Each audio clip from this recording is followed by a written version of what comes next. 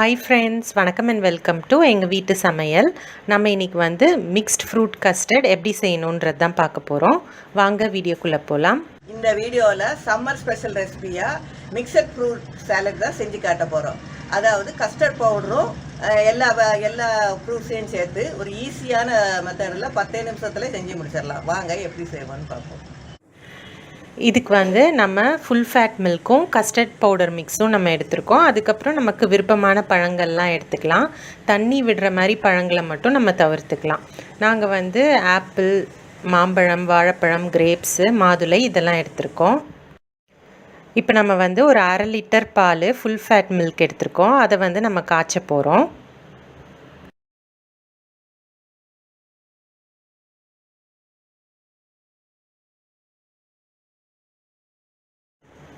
இப்போ வந்து custard powder வந்து நம்ம ஒரு 2.5 டேபிள் ஸ்பூன் போல் சேர்த்துக்கிறோம். அதாவது 200 ml பாலுக்கு வந்து 1 டேபிள் ஸ்பூன் அப்படின்ற கணக்கில் 500 ml பாலுக்கு வந்து நம்ம 2.5 டேபிள் ஸ்பூன் வந்து கஸ்டர்ட் பவுடர் வந்து எடுத்திருக்கோம். அப்புறம் இதுலேருந்து ஒரு 4 டேபிள் ஸ்பூன் அளவுக்கு பாலை இந்த கஸ்டர்ட் பவுடரில் போட்டு நம்ம நல்லா கலக்கிக்க போகிறோம். ஏன்னா அந்த கஸ்டர்ட் பவுடரை டைரெக்டாக நம்ம பவுடராகவே தூணோன்னா கட்டி தட்டிடும். அதனால் இந்த மாதிரி மில்கில் மிக்ஸ் பண்ணி வச்சுட்டு நம்ம வந்து சேர்க்க போகிறோம்.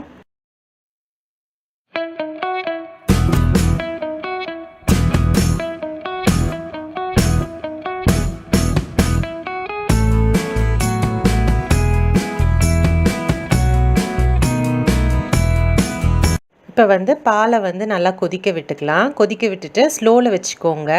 வச்சுட்டு ஒரு 6 டேபிள் ஸ்பூன் போல் சர்க்கரை ஆட் பண்ணி அதை நல்லா மிக்ஸ் பண்ணிக்கோங்க.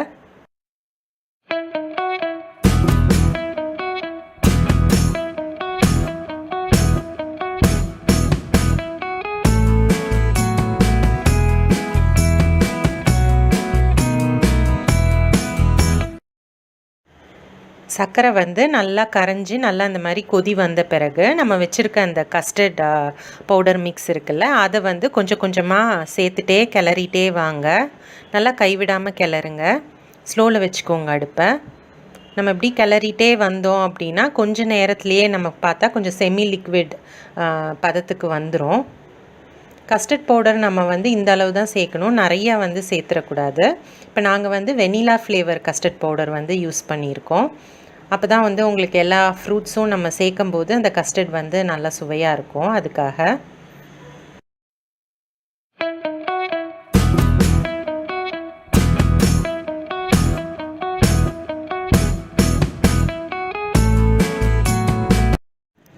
இப்போது இந்த ஸ்டேஜில் நீங்கள் அடுப்பை ஆஃப் பண்ணிடுங்க. அடுப்பை ஆஃப் பண்ணிவிட்டு நீங்கள் வச்சுருக்க அந்த கலவையை வந்து ஒரு பவுலுக்கு ட்ரான்ஸ்ஃபர் பண்ணி இதை நல்லா ஆற வச்சுடுங்க.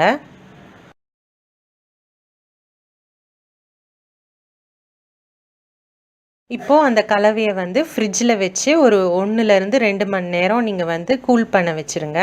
அதுக்குள்ளே நமக்கு தேவையான பழத்தெல்லாம் நம்ம இந்த மாதிரி கட் பண்ணி வச்சுக்கலாம். இப்போ வந்து அந்த பழத்தில் நாங்கள் வந்து ஒரு 1/4 கப்பு எல்லா பழத்துலேயும் இருந்தால் போதும். எல்லா பழத்தையும் நம்ம இப்போ வந்து ஒன்றா மிக்ஸ் பண்ண போகிறோம். நம்ம வந்து மாதுளை, அதுக்கப்புறம் மாம்பழம், ஆப்பிள், திராட்சை, வாழைப்பழம் இதெல்லாம் தான் நம்ம சேர்க்க போகிறோம்.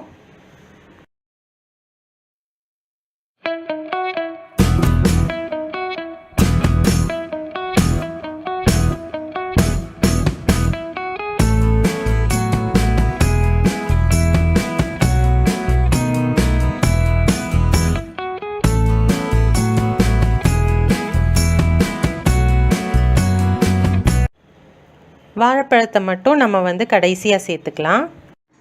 இப்போது ஃப்ரிட்ஜில் இருந்து கூல் பண்ணி எடுத்து வச்சுருக்கோம் இந்த கஸ்டர்டை. நம்ம இப்போ வந்து பழத்தை அதோடு சேர்க்க போகிறோம்.